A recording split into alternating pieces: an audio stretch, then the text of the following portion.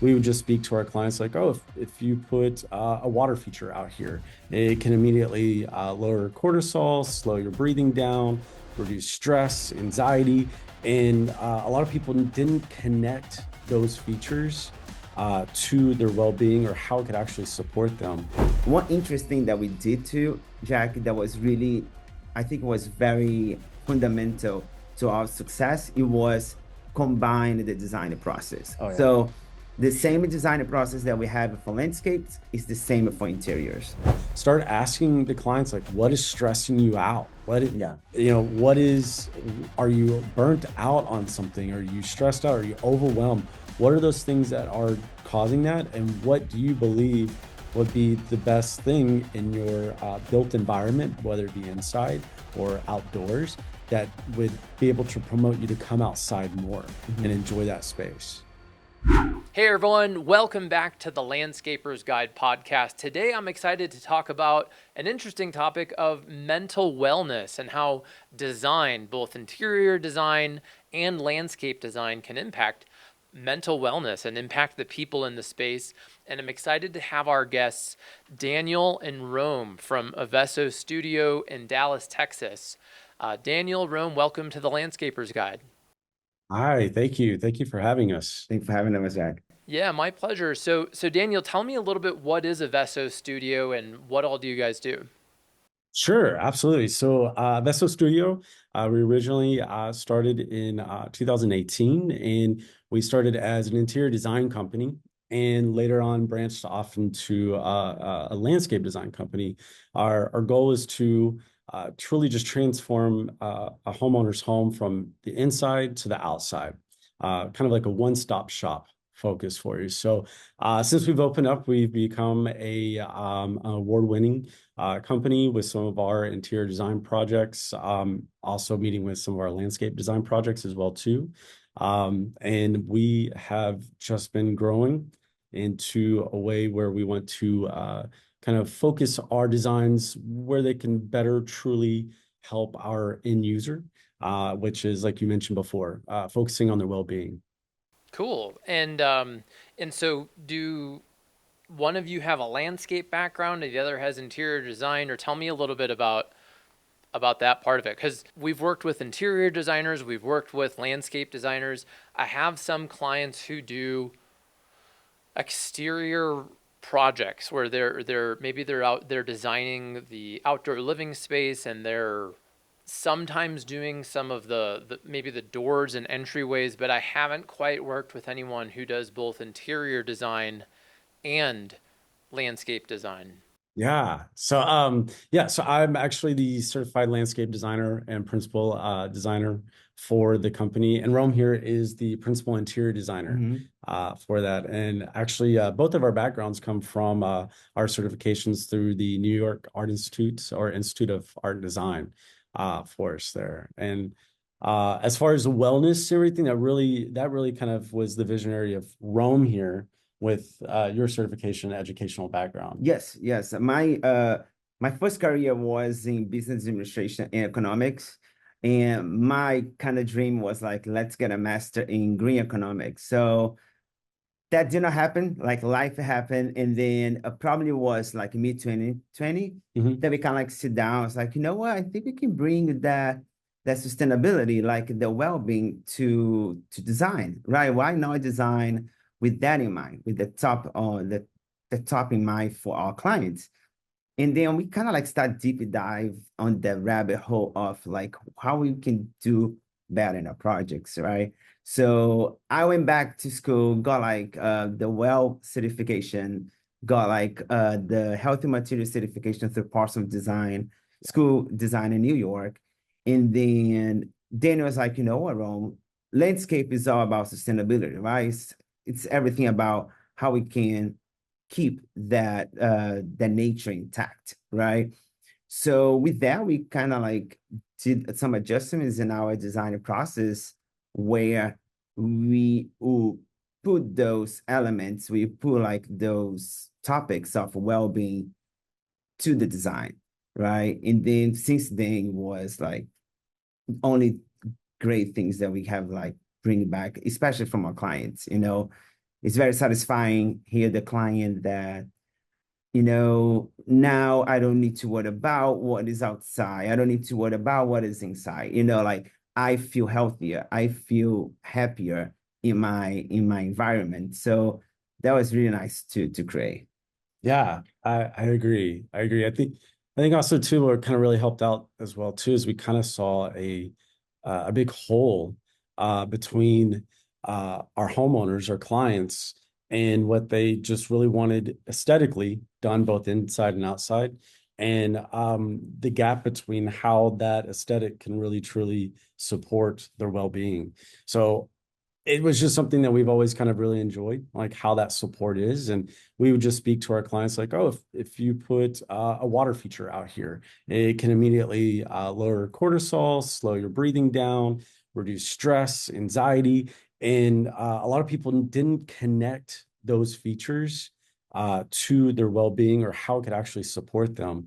And as we started talking more and more about this to our clients, we realized that there was more of an educational need that these clients were really wanting to know more about, sort of thing. So it's kind of like our aha moment, like, oh, okay, I think this is, in the right track and where we're headed. Tell me a little bit about how does psychology play a role in design? Oh, that's a really good topic, and we can geek out on that. Yeah, yeah. Do you want to go? No, no, go ahead. Okay, so I mean, honestly, psychology plays in almost every single element of design, and more so than a lot of people would even consider. From just the texture on your walls to the texturing of the plants outside, from the color scheme from inside, from the color scheme that you have from exteriors as well too, even down to the science of the materials itself that you're putting in there, how it can keep your body healthy, which then in turn helps the wellness and promotes the psychology of it all. Yeah. It's pretty astounding, like how much really truly we're affected, but we really don't realize that for that. So I think that's kind of why we can geek out of it. And even if I don't know anything about it, I'm so excited about learning more about it, just because it seems like there's just endless moments where the psychology plays in that, Yeah. right? And you added to that too, right, Jack? If you think about us human beings, we like structure, right? Everything needs to be like have a structure for us to be healthier. So you can see like he had like some studies. Maslow had a study like back in the day, I think it was in 1960s, that he did like he got 3 rooms in the college. One very well done in terms of like interiors. The second one a little bit messy, but not that bad. The third one, horrible, messy, dirty. And in that research, he saw that like, oh, those environments, it's helping people to be healthier because people talk a lot of great things about the beauty one, but the wrong one, even the people that was working to getting that research to get the data, they are not feeling well inside of the dirty room. So and that goes back to the structure, right? How our minds work in terms of structure.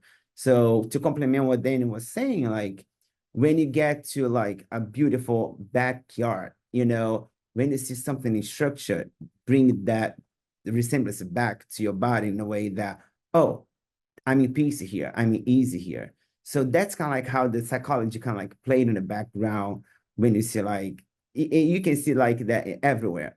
When you go like in a new city and that has a beautiful landscape, you're gonna be like, oh, the city is so nice, it's so clean, it's so beautiful. And when you go like in cities that does not invest on that, it gets a little like, no, I'm not going back to the city because it is not so pleasing to the eye.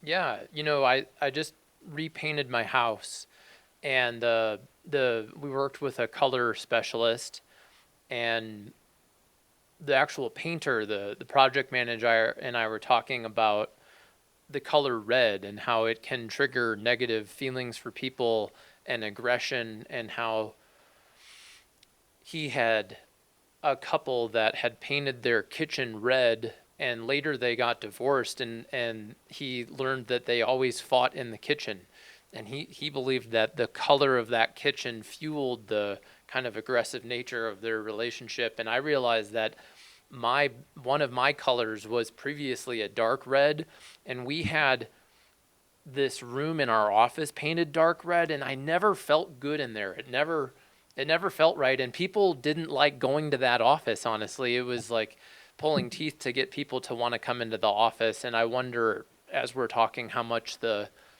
color and the environment may have been a detractor for people. It is. And I It mean, is true. since the COVID, right? Since 2020, the big trend was the green, right? All the greeneries, like the sage green. Like we can see like kitchen, like Greek kitchens everywhere now because the green comes the energizing, right? The rejuvenation, the renew of like nature, right? So that's kind of like how it plays in the back end. Yeah, yeah. Color plays a huge. I mean, it can even disrupt our appetite as far as like if you look at the science of you were speaking about red, but if you pair it with yellow, it actually brings on signs of appetite or hunger. Hence why McDonald's has the golden arches mixed with the red box for you. So yeah, just as simple as something like color can really truly affect your wellness and your well-being, both inside and what you decide to put outside too. So tell me a little more about your business. Like, what percentage of the business is interior design versus landscape design? And do people hire you for one service, sometimes just interior, sometimes just landscape, or is it always both? Like, what's it like working with Avesso Studios? Well, like right now, what? It's right now about 70% landscape, Yeah, 30% interiors. This year is very it's cyclical, right? yeah. I mean, I would say seasonally, but Yeah. it's usually like what Rome just said: 70% landscape, 30% interiors, for us. But also, I think a lot of that has to play with the market that we're into. Mhm. We're a highly saturated market for interior designers. I do not think, I think it's the complete opposite for landscape and landscape designers here too, sort of thing. So for as far as the company and how we work, yeah, it's 70-30. And Some years it's 50-50 too. yeah, So it kind of like really depends. But balances now out. ask you a question too about how people perceive our service. Again, sometimes it's like it's going to be a full house, interiors and landscape and architecture, or sometimes it's going to be only the outdoor. And then down the road, 2 years later, they're like, hey, I'm ready to do my kitchen. I like your service. I like your process. Let's do that again. And one interesting that we did too, Jack, that was really, I think it was very fundamental to our success. It was combine the design process. Oh yeah. So the same design process that we have for landscapes is the same for interiors. Like the only thing that they changes is like how we're going to approach that project, right? For the landscape, it's going to be like a more depth study in the landscape on the land, like the materials they're going to use, the softscape, and everything that comes with the landscape. And the interiors is like the same. Like it comes like the engineering, the plumbing, the electrical, all of that. So that was the big thing, the big thing that kind of like make us very good on those clients is like the process is very combined. One of the things I noticed on your site that I was curious about is designers for a day. And Yes. this is where you say if you're looking for design guidance without a long-term commitment, we have our designers for a day service. So tell us a little bit, what is that? Yeah. So it's kind of like a white glove service. It's really kind of taking you out of the position of let's just do a consultation that's maybe an hour too long, but let's do a full 8 hours of working with you, where we sit down in the morning time. We really kind of use that as an exploratory space or discovery space of just discovering what it is that you really want to focus on in terms of like landscape. We ask the church, calibrated questions of like, how does something make you feel? Why do you want to do this? We always go with the hows and the whys. We also go a little bit deeper into their day-to-day functionality. So as we all know, our well-being is affected by everything that we do, whether it's if we're at home just relaxing and watching TV, or we're at the office stressed out trying to meet a deadline. Our well-being is affected every time. So during that discovery phase, we're also finding out what it is that is in their life that is causing them these stress points for them, and how do they see themselves if those stress points weren't there? How do they see themselves functioning within the space if those weren't there? Sort of thing. So we take the exploratory. After we're done doing that, that's usually all morning long. So it's a pretty heavy, brainstorming. Session. And so then we take them out to lunch and just kind of relax a little bit more, kind of clear the head, spend a little bit more time gaining more rapport with the client, and just kind of digging into more on just light personal basis. After lunch is done, we've pretty much created exploratory and all their mapped out their design. So in terms of landscape, we like to take them to places that will focus on nurseries that will provide them, like, let's say, Texas native plants only, where they're just specifically only wanting pollinators and such for like a sensory garden. Or something, or we'll take them to stone yards if they're really looking for some really cool hardscapes and like what is it, artistic structures and Sculptures and sculptures, and it's really to help them get acquainted with what they want and what we believe they will help benefit them, sort of thing. So at the end of the day, not only have they have a roadmap of what they really like and what they really feel like aligns with them, but now they also have the physical of like seeing those elements and where they can go and get them on their own, if they choose to do it on their own, or if they choose to move forward with us and taking it into a full design service. That's great. And so tell me, after design, do you guys do the construction? Do you have a team of subs who does that? Because on your website, it's just the two of you. And maybe you can get it all done, but tell me more about like who else do you collaborate with, and do you actually, how much of the construction and planting and installation work do you guys do? Sure. So yeah, as far as the actual construction, we do have about 3 teams that we sub out with with our projects. We've been working with these teams quite for a number of years, and we've I feel like we've done a really great job in creating rapport with all 3 of these teams. So they've worked with us. They know how our design books look like. They know our construction documents. Very familiar with that, which makes the installation phase a lot easier and a lot more efficient. To help support not only the installation team, but also our client. We do provide project fulfillment services. That's a hourly service. Hourly based service, where during installation phase, we will come in at certain points of the install just to make sure that the design intent is there, answer any questions or concerns that maybe the builder might have, or maybe that the homeowner might have for them. To that, also just maybe sometimes just talking through the install itself. While the builder can really focus on his team and getting that done, we can be over here with the client, instruct him like, oh, okay, well, this is what comes first. This is what happens next. Don't worry about it. There's no reason to stress out on this point. We've got you here at this point. So not only to help project fulfill it, but also to help coach the client. Educate the client. So did you say you bill hourly for that? We do. Yes, we do bill out. So do you actually subcontract the build, or are you just more referring it to a build team? It kind of depends of the scope. If it's like a scope that we can sub, yes, we will do it. But now, if it is, for example, if you're installing a pool or like a more structure in terms of like an outdoor kitchen or pergola, that we do the connection between the installers that we work with and the client. Yeah. That's good. So I was curious. You before we pressed record, you were asking me, should we charge for the initial consultation?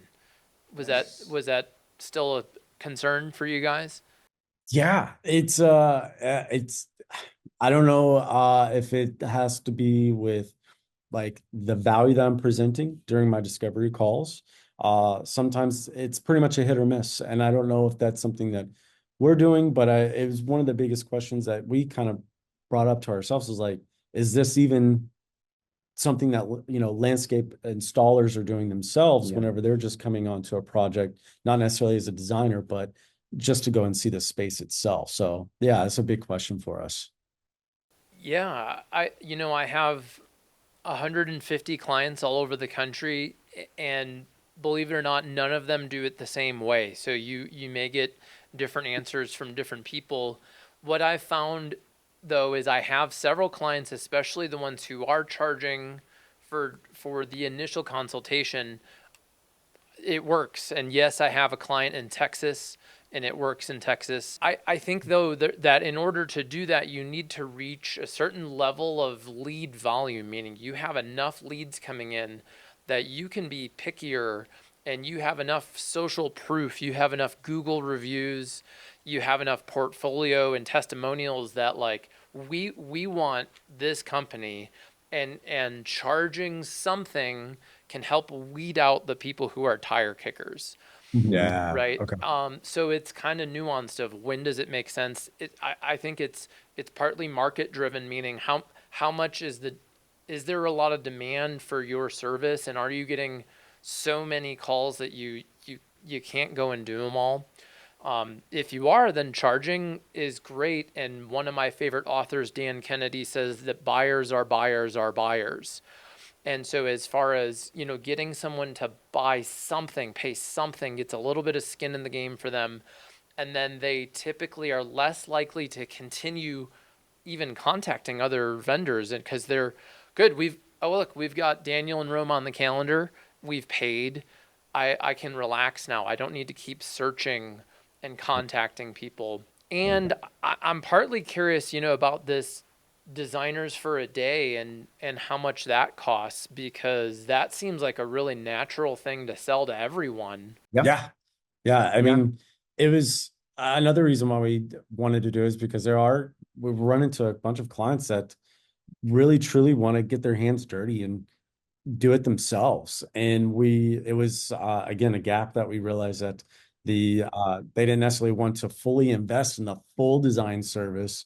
They just wanted to kind of get the gist of kind of get them in the right direction for that, wouldn't you say? Yeah. So I mean, for that service, we charge about it's like 28.50. Yeah. 28.50 for the day. For that, that includes from the time that we talk in the morning, the lunch, and then also all the showrooms, nursery visits, yardstone visits, all of that for them as Yeah, well. and the next day too, they get a book, kind of like a assessment of everything that we talked to, the brainstorm session, the materials that we went over, and then they're gonna have the tangible in their hands when they are ready to move forward. Yeah. What percentage roughly of the people you talk to that you offer that to are saying, yeah, let's go ahead and do it? It depends. I mean, probably on that in our discovery call, because that's the first thing that we do in our sales process. In that discovery call, that's where we're going to see like what they are looking for, right? Sometimes like we do have calls that they say like, oh yeah, like I do have a flower bed, but I don't know what to do. And that's going to be the one that we're going to approach the designers for a day, right? Because of the scale of the project. Now it has all, I mean, probably 80%, 90%, the people that call us and they want to hire us is like, oh no, we want you guys to do the magic. I don't want to do anything. I just want to prove everything that you guys choose for me, and then you guys can install. So it really depends like what the client is looking for. We did that more for those clients that like we want to work with you guys, but we are not ready for the full package. Yeah. So I mean, so yeah, if we had to put a percentage on it, out of everybody, I think we'd say about 10 to 20% 10 to 20%. out of 100% of the people that come in and do it. And again, that was just our way of creating a service that kind of would get that 10 to 20. So that way we could constantly just keep building rapport and connection. And then what happens to the other 80%? Are they just saying, no, no thanks, peace out? Or are some of them actually becoming a full design build client? Or what happens to the other 80%? That other 80% is pretty much a full design build client for us. Yeah. Because it's like it's like we're all mentioning, like it's 80% of those people really truly just don't want to be involved at all, except for like the fun parts, of course. Because currently, right now, we charge a $550 consultation fee for both for landscape. And that's usually when on the discovery call, everything's going great. We're building rapport, building value. Right whenever I start saying our next step is consultation. This is where we're going to be talking about all the design choices, caveats to what we need to focus on as well. And then, go from there. We'll build a consultation assessment book for you. And they're like, yeah, I'm all game. And then as soon as I say, great, awesome. Well, that also comes with this value comes with the charge of $550. And let's go ahead and take a look at our calendar to see if you're set up. And as soon as that happens, that's when they're like, oh, well, I need to talk to my husband, or I need to talk to my wife, or you know what, I've been shopping around and I think I need to shop around a little bit more for it. So that's the biggest issue. Okay. Well, so it basically goes discovery call, and on that discovery call, you're trying to sell the next step, which is a paid consultation. Yeah. So a couple ideas for you is if you are going to charge for it, and I do think it's a good idea, is to put that on your website. So that way people know in advance that on this call, they're going to offer me something that I'm going to charge for. And maybe even making a video that describes that. So that way they're not surprised by the price. And the other idea is at the beginning of the call, tell them that at the end, hey, by the way, at the end of our call, I'm going to ask if you'd like to move forward with the next step, which is a paid landscape design consultation. It's $500 or whatever, and I'm not going to try and talk you into it, but just wanted to let you know that I'm going to bring that up at the end. Is that okay? And you might experiment with that. A lot of people might say, oh, well, I don't know if I want to do that yet. And you say, hey, I'm not sure I want to do that either. Really what I'm hoping to do on this call is just learn more about what you have going on. And if we both feel it makes sense, we can move forward with that. I just didn't want you to be surprised when I bring it up. And then some people will just say, no, I would never pay anyone for a consultation, and they're probably not going to ever be a fit for you. And you might save yourself the rest of the hour or however long you're going to spend on the phone. That's how I do it. And Okay. it works really well. But I do all those things. I have it on my website. I have a video. So there's no surprise that the next step is paid and that we're going to decide on it at the end of this call. Okay. Okay. That's great information. The other thing I don't know, is I think as far as how much do you charge for this, it has to be a price that people can say yes to. Mhm. So there's this like thing with pricing where I don't know what the dollar amount is, but I have a client who charges $325 and they get away with that. I have a client who charges $97 and has no resistance to it at all, but they're also doing $15,000 total budget projects, whereas the guy who's charging $325 is doing 50, 70, $200,000 projects. And so it may be something to experiment with. Those are just a couple things you could play with, putting it on your website, getting it in a video that they watch before that first call, and the price itself could be, $550. Yeah, that's kind of a lot. If I didn't know it was going to be $550, and if I knew, hey, I have this call, and if I like them, it's going to be $397. We might agree before one of us has that call. Yeah, if you feel like it goes well, just go ahead and book it. Okay. That's Good, good. good to know. I like that because you're absolutely right. I can hear it in their voice at the end of the call where it's almost blindsided, if that's the way of putting it. But I will definitely be doing that from now on and putting that in, throwing it on the website. And we just rebranded the website, so we're already in that mode of updating it too. So I think if you can remove surprises about money, that it's a good idea. And it doesn't mean you need to give people a McDonald's price menu of here's exactly what a patio will cost, but you can give them ranges and you Yeah. can explain that this material for the same square footage would cost this, but if we use this material, it'll cost this. And they're like, oh, I hadn't even thought of the material that I'd use on my patio. And I didn't realize that the price difference is 50% between this material and this material. I think it builds a lot of trust when you're the source of that information. And what happens when you start putting this stuff on your marketing, people come with a higher level of trust with your brand, because what most landscape companies do is they don't talk about this stuff. It's not on their website.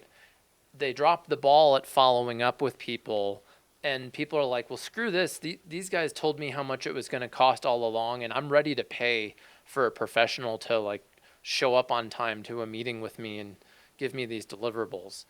Um, what other I guess tips or things would you like to see other people who are listening? Maybe can we leave them with a takeaway of something that you're doing that is working that you'd like to see the industry do?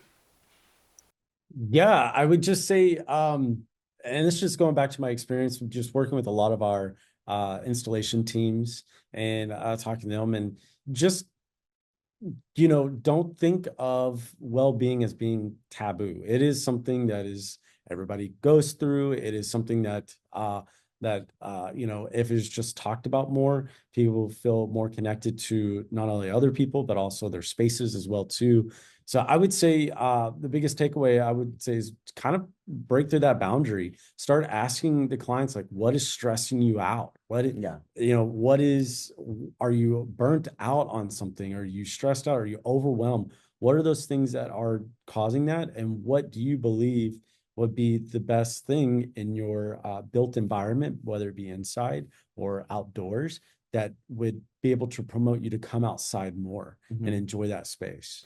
I think you're really on track with those emotional questions, and it is something that'll absolutely differentiate you from your competitors really in whatever you're selling, is figuring out, and not from a manipulative standpoint, but really caring about because you could easily exploit this idea, but genuinely caring about people and like what's going on in their life and how does this space impact them. And um, I'm curious about your own personal landscape. I'll share with mine. I actually redid my landscape, and it's entirely focused on like mental health and biohacking. I got a sauna and a cold plunge, and that has been one of the best things that I've done for my own wellness. Is to I work out really hard, and then I have the cold plunge, and then I also use the sauna, and I sleep way better. I recover better from the workouts, and that overall helps me just operate my company and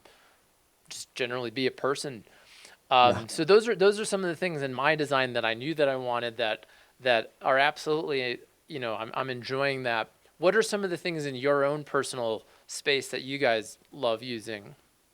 So I would definitely say for me personally is I do very well for I practice in journaling and meditating. So in our space, we do have some meditation areas that allow for that. Not necessarily, it doesn't have to be anything religious or anything, but just a quiet space, clear the mind, allow me to write down my thoughts, and really just be 100% ready for whenever I start my day. That's probably been my favorite portions of that. And then also those spaces just kind of wrapped around with some nice sensory style plantings with some Yeah. good smells and textures and that sort of thing. That's been my favorite one. Yeah, I mean, for me, pretty much the same. I mean, I'm a way more focused interior, so uh, I try to do like at least a better design inside of the homes, especially because being a business owner, business partners in life is like things can get like a little tricky on that. So we try to kind of like establish some like individual spaces around the house just for us to enjoy some moment, meditation, Mhm. silence, prayers or something connected to that, just to kind of like center ourselves, align ourselves to serve better, right? I think it goes back to the service that we do for everybody around us. Great. Well, Daniel and Rome, great to have you on the show from avessostudio.com. For folks listening who might want to network with you, where do you like to connect with people? You can find us again at our website, avessostudio.com. You can also reach out to us on our Instagram at Avesso_Dallas, and also Facebook as well too. Avesso Avesso Dallas, yes. Yeah. Great. Well, we'll put links to all that in the show notes, and thanks so much for coming on the Landscaper's Guide. If you enjoyed today's conversation, make sure you like today's video and subscribe to our YouTube channel. Each week, we post news, sales, marketing, and leadership inspiration to help you grow your landscape company. My name's Jack Jostes, and I look forward to seeing you in the next video.